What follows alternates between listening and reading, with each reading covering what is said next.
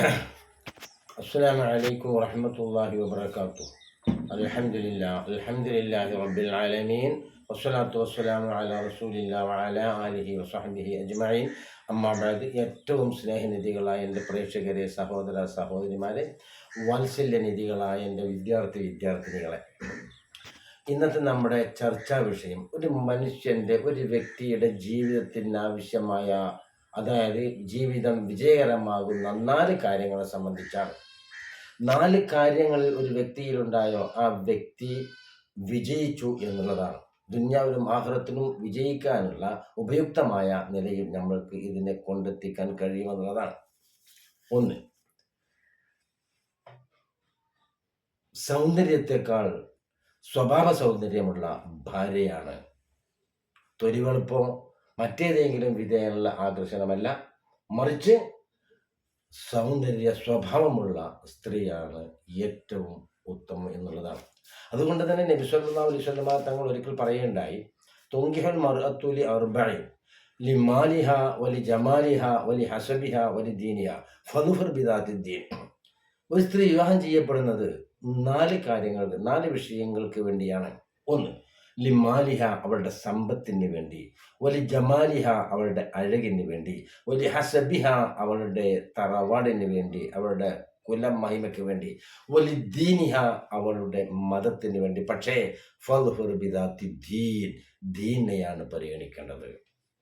ഹബീബന മുഹമ്മദ് റസൂലുള്ളാഹി. അപ്പോൾ സൗന്ദര്യ സ്വഭാവമാണ് സ്ത്രീക്ക് ഏറ്റവും മെച്ചമായതും അതാണ് അനുകൂലമാകുന്നതും അതാണ് വിജയത്തിന് നിദാനമാകുന്നതും.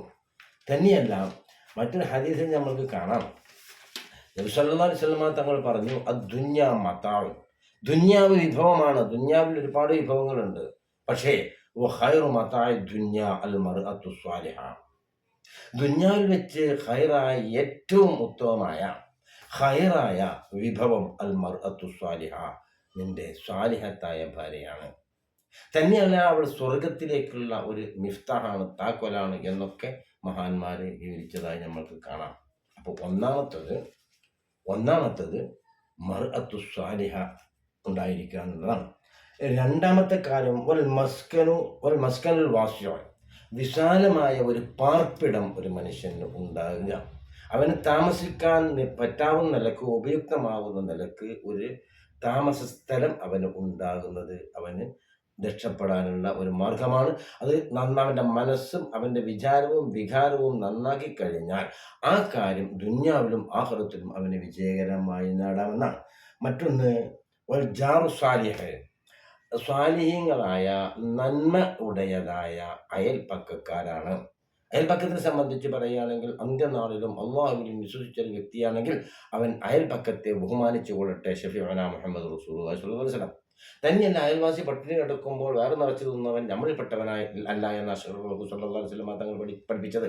അപ്പം അത്ര നല്ല സ്വഭാവമുള്ള നല്ല അയൽപ്പക്കക്കാരാണ് മറ്റൊന്ന് വിജയത്തിന് ആധാരമായി ഉണ്ടായത്. മറ്റൊന്ന് വൽ മർക്കബുൽ ഹനീഉ എന്ന് പറഞ്ഞാൽ ഉപയുക്തമാകുന്ന നിലക്കുള്ള ഒരു വാഹനം. ഈ 4 കാര്യങ്ങൾ ഒരു വ്യക്തിയിൽ ഉണ്ടാവുകയും ആ വ്യക്തി ആ മനുഷ്യന്റെ ജീവിതത്തെ ഇസ്ലാമിക് പരമായി ചിട്ടപ്പെടുത്തുകയും ചെയ്താൽ ദുന്യാവിലും ആഖിറത്തിലും അവന് സുരഭില സുന്ദരമായ ജീവിതം ആയിരിക്കുമെന്നാണ്. വിശുദ്ധ ഖുർആനിൽ കാണാൻ നമുക്ക്, ഹബ്ബു ശഹവാതി മിനൻ നിസാഇ വൽ ബനീന വൽ ഖനാതീരിൽ മുഖന്തറതി മിനൽ ദഹബി വൽ ഫിദ്ദ വൽ ഖൈലിൽ മുസവ്വമതി വൽ അൻആമി വൽ ഹറസ് ذلك متاع الحياة الدنيا والله عنده حسن المآب.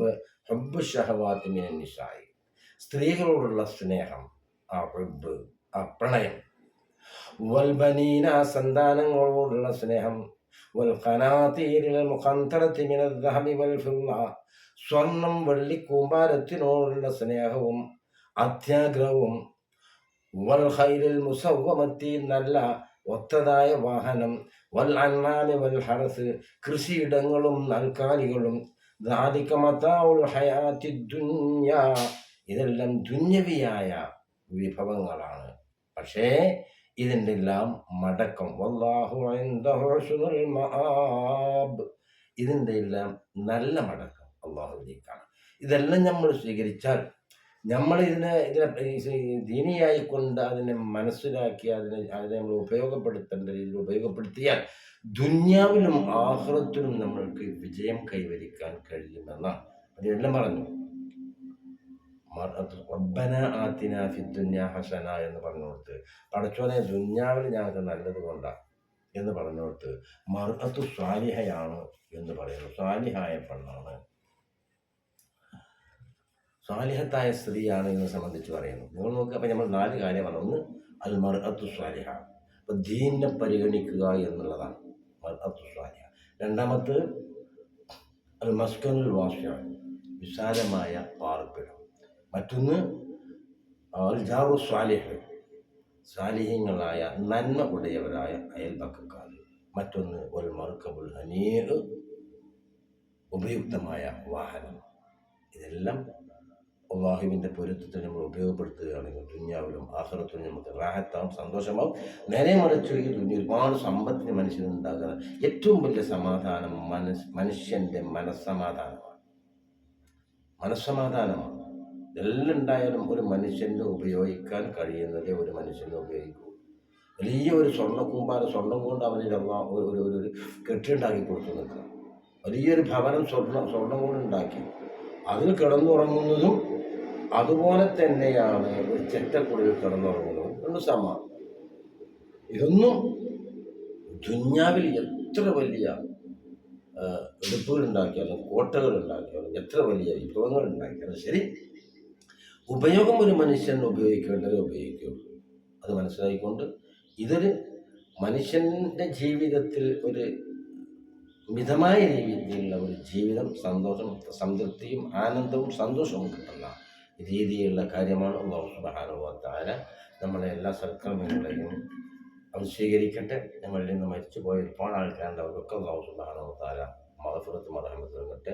ആമീൻ ബിറഹ്മതിക യാ അർഹമർ റഹീമീൻ. അസ്സലാമു അലൈക്കും വറഹ്മത്തുള്ളാഹി വബറകാതുഹു.